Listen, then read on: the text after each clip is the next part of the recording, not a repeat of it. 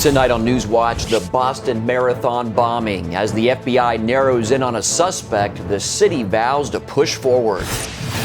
Plus, after weeks of making threats, why North Korea is now demanding an apology from the South. And how Margaret Thatcher's personal faith played into her political legacy. All this and more tonight on NewsWatch. Good evening, I'm Mark Martin. And I'm Wendy Griffith. Staff and media were ordered to evacuate the Boston courthouse this afternoon. That after hours of conflicting stories about a possible arrest in the Boston bombing case. Officials still don't know or are not yet saying who is responsible. As investigators sift through the evidence, thousands of Americans honor the victims while the city of Boston rebounds from the attack. John Waggy has tonight's top story. This is a photograph of what's left of a pressure cooker, one that didn't completely explode. It's the device investigators believe contained the bombs that killed and maimed the Boston Marathon victims. This is a very similar device to the IEDs that we have found throughout Afghanistan used to kill our soldiers. Security officials say the devices were implanted with nails and ball bearings to maximize the pain and suffering of people hit. More than 70 people remain hospitalized. Many of them have had limbs amputated. You have to be honest with patients about that, and it's a very difficult thing. The FBI is looking at photos of backpack remnants, which authorities suspect were placed along the runner's route with bombs in them. Authorities are still asking for the public's help in capturing those who carried out the attack. Someone knows who did this. Cooperation from the community will play a crucial role in this investigation. While the officials work, families, friends, and neighbors of the terrorist victims hold vigils, pray, and mourn their losses. This gathering was for 8-year-old Martin Richard, the youngest victim. He was like a little cherub. He was adorable. And I just can't believe this whole thing has happened. I watched him grow up from a baby. John Waggy, CBN News. Ed Stetzer is the president of Lifeway Research. On his website, he's written about the attack. And Adam Mabry is pastor of Aletheia Church in Boston, and they both join us now via Skype. Ed, let's start with you. When tragedies like this occur, how does it impact the church in nearby areas? It's impacted by tragedy because we're reminded just how broken this world is. Jesus told us to pray, thy kingdom come, thy will be done on earth as it is in heaven, because his perfect will is not done. His kingdom is not fully come.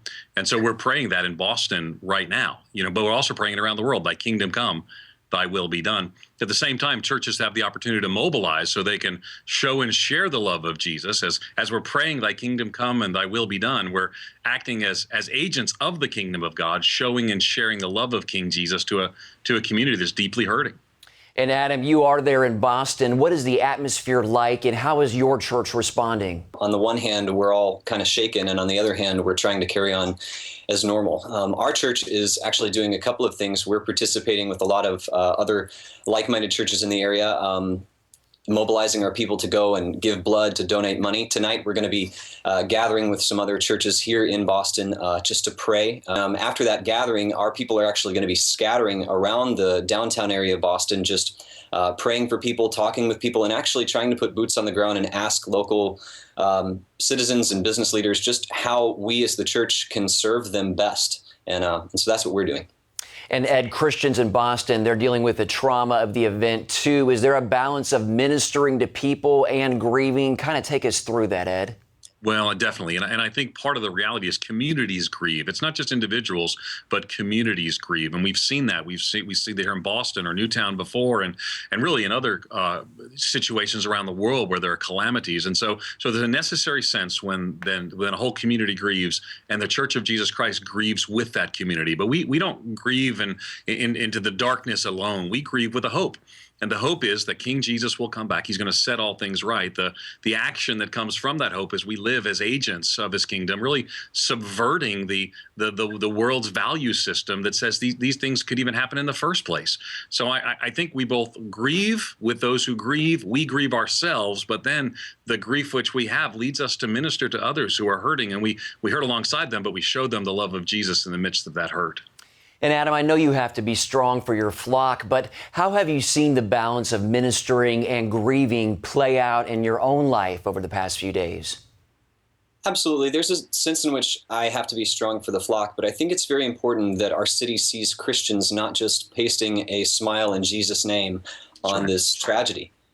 We've got to grieve and show that this really hurts us too, because we are a part of this city and we care about her people a lot. We love her with the love of God, and so we cry alongside our city. And then, just like Ed said, we also get up from our crying and we put our hope in Jesus, because we understand that a tragedy like this shows us that, you know, while beautiful acts of human compassion and first responders running into danger show us the beauty of the image of God within us. Amen. Well, Ed Stetzer of Lifeway Research and Adam Mabry of Aletheia Church in Boston, thank you both very much for your time today.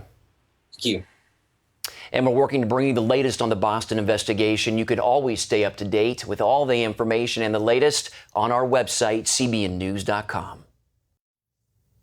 The Secret Service says it's intercepted a letter containing traces of the poison ricin. That letter was addressed to the president. It was intercepted at a mail facility away from the White House. The Secret Service says it received the letter Tuesday. Today's announcement comes a day after it was revealed that mail sent to Mississippi Senator Roger Wicker was also laced with ricin. Former UK Prime Minister Margaret Thatcher was laid to rest today with full military honors. World leaders and dignitaries from 170 countries attended the funeral at St. Paul's Cathedral in London. Queen Elizabeth II and her husband Prince Philip were among the mourners. Thatcher was nicknamed the Iron Lady during her 11-year tenure as Prime Minister. She's known for transforming Britain by privatizing state industries, deregulating the economy, and causing upheaval, of which the impact is still felt today. Thatcher died on April 8th at the age of 87. Coming up on today's NewsWatch, our UK correspondent Peter Wooding will bring us a special report on Thatcher's faith. Stay tuned for that. New Zealand's parliament has approved gay marriage, making it the 13th country in the world to do so, and the first in the Asia-Pacific region. Lawmakers voted 77 to 44 in favor of the measure. Despite the move, many people in New Zealand remain adamantly opposed to gay marriage, but some surveys indicate about 2/3 of the public support it. North Korea is demanding an apology from South Korea for what it calls hostile acts. It's threatening to take action against the South at any time, but the threats have done little to shake the resolve of South Koreans. George Thomas has that story from Seoul. This new video, released by a pro-North Korean group, shows what looks like the White House under attack. The news images have gripped our television screens for weeks. North Koreans on their march to war against America, South Korea and Japan, with threats of nuclear destruction. But spend an afternoon like I did in Myeongdong, the busy shopping center in the heart of Seoul, South Korea, and you get the feeling the West is more concerned about North Korea than most Koreans. After so many years of living with their unpredictable neighbor, South Koreans are rather indifferent to the so-called crisis on the Korean peninsula. They've lived with this and they're used to it. And so here you have a regular, normal day on the streets of Seoul. The shops are full, the streets are packed with people spring shopping, and the traffic in Seoul is still a nightmare. We've heard the North Korean rhetoric for years. They blustered last year and the year before and the year before. It's all too familiar drumbeat to the young and old. We call it political blackmail. The North Koreans threaten war, and eventually the West and our government will give in to more concessions, more food, more oil, more stuff for them. But the South Korean government isn't taking any chances. First responders held an anti-terror drill at a subway station in Seoul this week. The exercise simulated a bomb attack by North Korea. Our military is closely monitoring North Korean military movement and are ready to act. If North Korea takes any kind of self-justified action against South Korea, we will thoroughly and firmly punish them. Although the North's saber-rattling isn't unusual, some worry that tirades against South Korea and the U.S. have been particularly shrill this year, And unlike in past standoffs, experts worry the North is closer to a nuclear weapon and a long-range missile capability. We've become numb to the threats, and that's not good. This time is also different because we're dealing with new leadership in North Korea, and that should concern us. South Koreans are clearly not oblivious to what's going on in the North, but for now, though, life goes on, but with the constant reminder of a neighbor that's regularly bent on getting the world's attention. George Thomas, CBN News, Seoul, South Korea. Thanks, George. Iran has been ramping up its nuclear capabilities in the last 3 months. New reports show Iran's main uranium enrichment facility has tripled their installations of high-tech machines to more than 600. Diplomats say the machines are not yet producing enriched uranium, but fear they could be used in a nuclear weapons program. Iran has long claimed they want to use their nuclear capabilities for peaceful purposes, but others warn they intend to make weapons. A hardline Muslim group based in the Gaza Strip is claiming responsibility for a rocket attack on Israel. Officials say 2 rockets were fired from Egypt's Sinai Peninsula early this morning. They hit Eilat, a southern resort town in Israel. Police say no one was hurt in the attack. Israeli officials have become increasingly concerned about the situation in Egypt since former President Hosni Mubarak was ousted in 2011. Israel believes militants from the Gaza Strip are now operating in that area. Coming up, the backlash against the president's pick for the country's next labor secretary.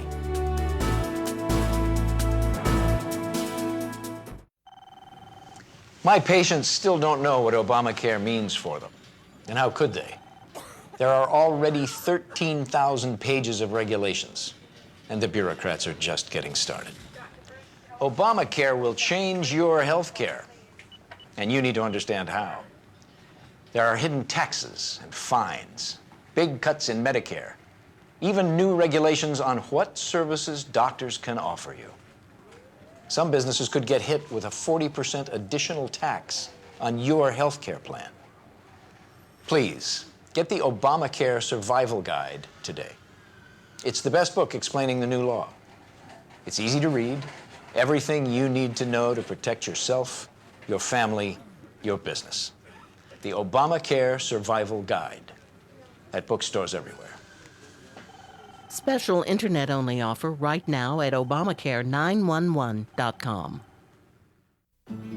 Jim is 38, mortgage, married, 3 great kids. He wants to protect his family with a $500,000 term life insurance policy. What do you think it'll cost him? $100 a month? 60? 40? Actually, none of the above. Jim can get a $500,000 policy from a highly rated insurer for under $19 a month. His secret? SelectQuote. SelectQuote is impartial. They'll comparison shop the pick of insurance companies like these to give you a choice of your best prices. SelectQuote has great savings on term life for women, too. Jim's wife, Deidre, can get a $500,000 policy for under $16 a month. SelectQuote has helped make term life insurance affordable for hundreds of thousands of people since 1985. How about you? Just call this number or go to SelectQuote.com. SelectQuote. We shop, you save.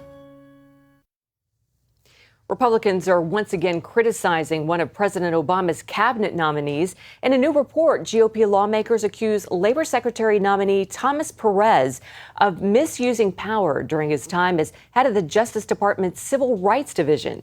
They cited a case last year when Perez persuaded the city of St. Paul, Minnesota, to withdraw a housing discrimination case before it could be heard by the Supreme Court. Joining us now to discuss this nominee further is Harry Mihet, Senior Litigation Counsel with Liberty Counsel. Thanks for being here, Harry. Thank you for having me, Mark. We understand that your organization has dealt with Mr. Perez in his position at the Department of Justice. Briefly tell us about that.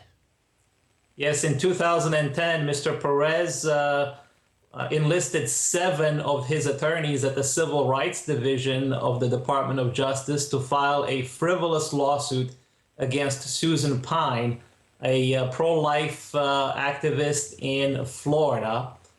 We defended her in the 2-year litigation that ensued. the lawsuit was ultimately dismissed, and the DOJ was required to pay $120,000 out of the public treasury for the fees that its frivolous lawsuit caused. What is your biggest concern, Harry? Should his nomination for Labor Secretary be approved? Mr. Perez has demonstrated in our particular case and in many others like it that he cannot be trusted to follow the law when it conflicts with his political ideology.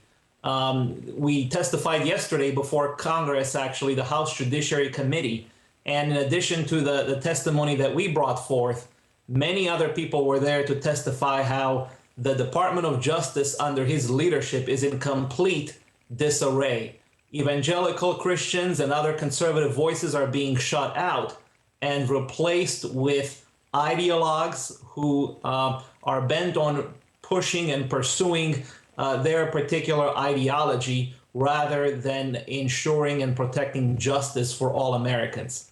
Republicans are concerned, but are any Democrats concerned about his philosophies? Any right-thinking Democrat should be concerned, and hopefully with the evidence that we've brought forth to Congress, it will get more traction on both sides of the aisle. What would you advise our viewers to do in relation to this nominee? I would advise our viewers to call their senators and their representatives and to let them know that Mr. Perez is the most radical ideologue appointed by President Obama to date. And I don't say that lightly, and it takes quite a bit to surpass his current nominations or his nominations to date. But Mr. Perez does that by a long shot. All right, Harry Mihet, thank you so much for your time today. Thank you for having me, Mark. Up next, we'll look at the life and faith of Margaret Thatcher.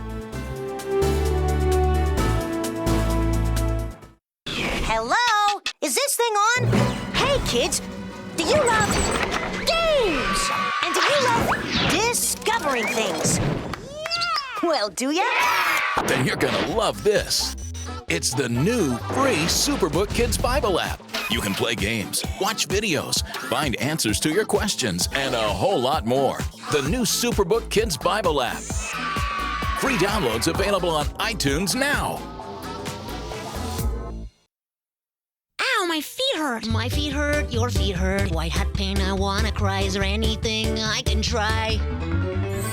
Why, yes! Introducing Strut Soul Angels, the human shock absorber that helps alleviate foot pain. The first 10 steps in the morning to the bathroom were excruciating. Within 3 days after I put Struts on, it's been such a relief. Slipped it on and almost immediately I felt a support, kind of like a pillow underneath my arches. The Struts Soul Angel provides a great amount of relief and support throughout the course of the day, providing shock absorption and relief of pain. On your feet without proper support can be painful. Strut Soul Angels promotes better balance, control, and body alignment. Standing in your heels all day is painful, but slip on Struts and you'll enjoy comfort and support 24/7. Struts is so versatile, you'll wear them in every shoe you own, even barefoot. I'm on my feet all the time. I teach 11 and 12-year-olds. The pain was so much that I knew I had to do something. And with the Struts, I can do my job and enjoy my job. I usually am on my feet from 8 to 12 hours a day. When I wear my Struts, it's like giving my feet a hug all day. It's life-changing. I wear them from the minute I get up to the minute I go to bed. Why pay $400 for custom orthotics? Now get Strut Soul Angels for just $10. You also get Miracle Foot Repair Cream, absolutely free. Use it to help relieve dry, callous feet overnight. But wait, call right now and we'll double the offer free. Just pay separate processing and handling. Plus, you get a 100% money-back guarantee. If not completely delighted, send it back. But keep the foot cream as our gift just for trying. You get it all. A $70 value for just $10. Oh, yes! Love my Struts, love my Struts. The best thing since sliced bread. They heal pain from toes to head. Get yours now, your doctor said.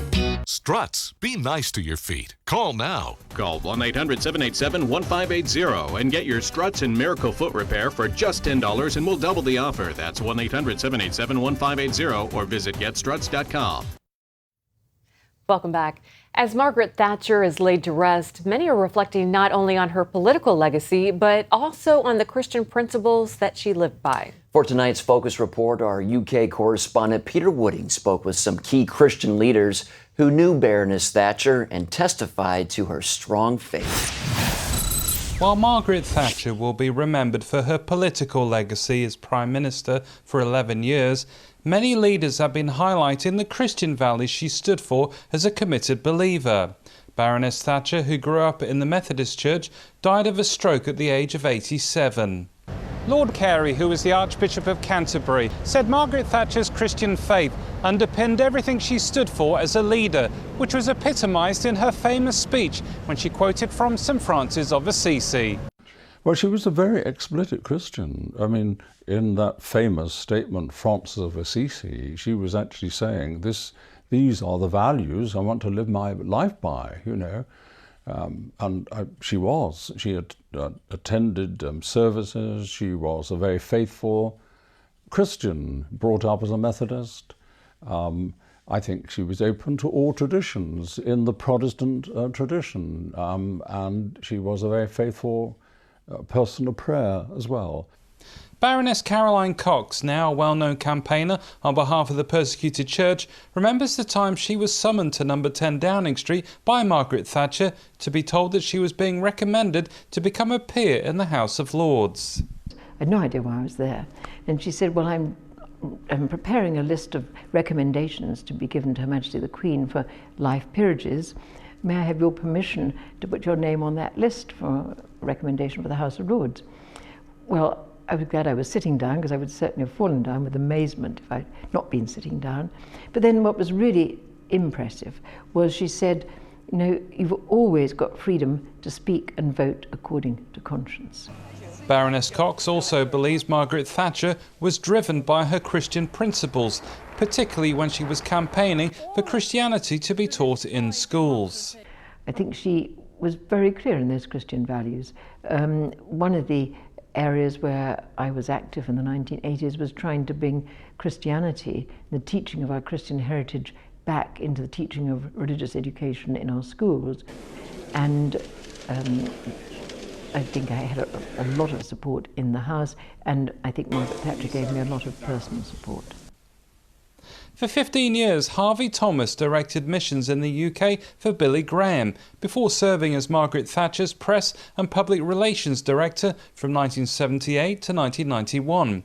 Thomas, who miraculously survived a terrorist bombing attack in 1984 that was meant for Baroness Thatcher, says she was a giant among politicians and statesmen. She didn't mind a good argument any time, but she knew what she believed in, and that's what she set out to do. And that's what put her above many other politicians, even of her own age, and certainly above the vast majority today, who have no idea what they want to do.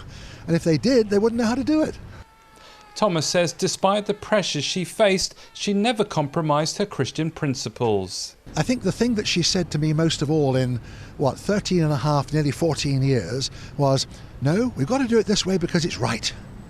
Now, whether she was or not, people have the right to judge, and history will judge. But her motivation was because she believed it was the right thing to do, and that's why she did it. Now, that came from her Christian faith. Thomas says even Ronald Reagan told him he was inspired by the legacy Margaret Thatcher was creating for Great Britain, which continues to have an impact on society today. He said, you know, what I want to do in the United States is what Margaret Thatcher's starting to do in the United Kingdom, to get the government off the backs of the people. And basically that was a big theme behind. Let the people be independent. Let them have something to leave to their children, hence the sale of council houses. Let there be not just strikes anywhere, but proper democratic processes in the trade unions, hence the trade union reform processes. Let the government not pay unnecessary bills for people laying about doing nothing, hence the privatization programs. And her strong belief in God and her adherence to Christian values inspired her policies. Lord Carey suggests it was her commitment to those universal truths that left a lasting impact on Great Britain and led to the end of the Cold War. He says despite his sadness at her passing, he is reassured that her quality of life is now far greater in heaven. Well, I feel a sense of sadness because she was a great leader, but her mind was going. No one could actually regret she's passed away. There was no quality of life left, sadly.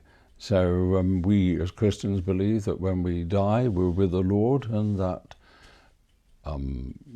we take for granted that is where she is.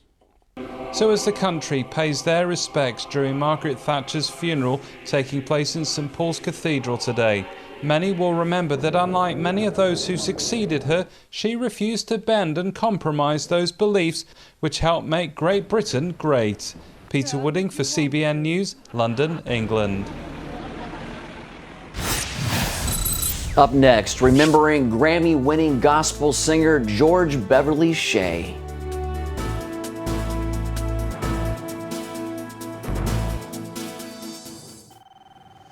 My patients still don't know what Obamacare means for them. And how could they? There are already 13,000 pages of regulations, and the bureaucrats are just getting started. Obamacare will change your health care, and you need to understand how. There are hidden taxes and fines, big cuts in Medicare, even new regulations on what services doctors can offer you. Some businesses could get hit with a 40% additional tax on your health care plan. Please, get the Obamacare Survival Guide today.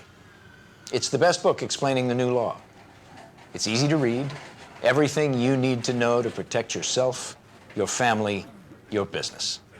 The Obamacare Survival Guide at bookstores everywhere. Special internet-only offer right now at Obamacare911.com.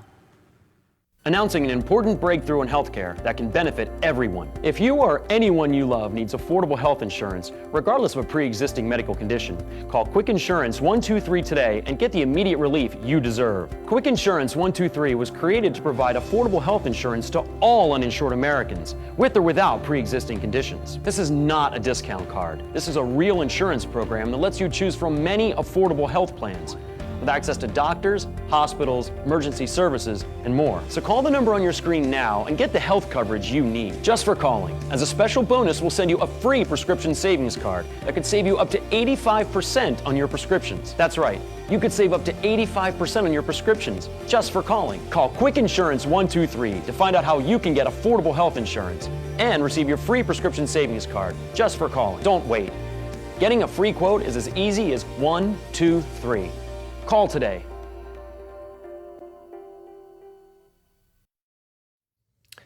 Singer George Beverly Shea has passed away. Shea is best known for his baritone voice and his work with Billy Graham. He sang for more than 200 million people in his 60 years. He often sang a peaceful hymn before Graham preached because he said Billy loves the quiet before he speaks. Shea met Graham in Chicago in 1947, and he became an iconic member of the team that took the gospel across the country and around the world. Graham said Shea was, quote, one of the most humble, gracious men I have ever known and one of my closest friends. I loved him as a brother. Shea recorded dozens of gospel music albums and won a Grammy Award in 1965. He was nominated 10 times. Wow. George Beverly Shea was 104 years old. A long, full life. God bless him. Yes, that's awesome. Well, that's all for this edition of NewsWatch. Thanks so much for watching. We'll see you tomorrow. Until then, have a good night.